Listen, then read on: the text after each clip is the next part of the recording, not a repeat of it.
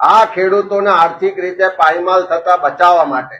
કારણ કે અત્યારે જે રીતે મુદત એની વધારીને 31 ડિસેમ્બર કરી, એટલે કપાસનો જે નવો પાક ઓક્ટોબર મહિનાથી બજારમાં આવવાની શરૂઆત થશે.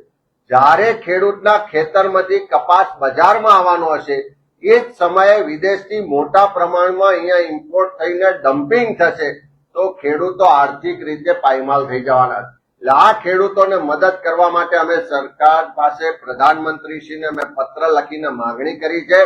કે આ કપાસ પકવતા ખેડૂતોને પ્રતિ ગાંસડી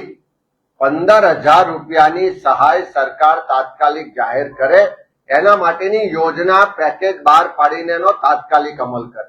અને એમાં વિલંબ ના થાય. કોઈ વચેટિયા કે સરકારી તંત્રમાં આખી યોજના કે આ ખેડૂતોનો લાભ અટવાઈ ના જાય, એટલા માટે અમે પત્રમાં એ પણ વિનંતી કરી છે પ્રધાનમંત્રીશ્રીને, સરકારને, કે ડાયરેક્ટ બેનિફિટ ટ્રાન્સફર દ્વારા આ 15,000 રૂપિયા પ્રતિ ગાંસડીએ ખેડૂતના ખાતામાં સીધા જમા થવા જોઈએ. એટલે સરકાર વડાપ્રધાનશ્રીને ગુજરાતના ખેડૂતો વતી, આખા દેશના કપાસ પકવતા ખેડૂતો વતી વિનંતી કરીએ છીએ કે તમે આ નિર્ણયમાં જો પુનઃ વિચાર ના કરો તો તાત્કાલિક રીતે ખેડૂતોને મદદરૂપ થવા માટે 15,000 રૂપિયાની સહાયની જાહેરાત કરો,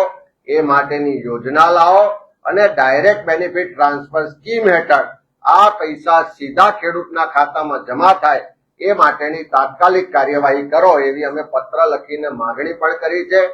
સાથે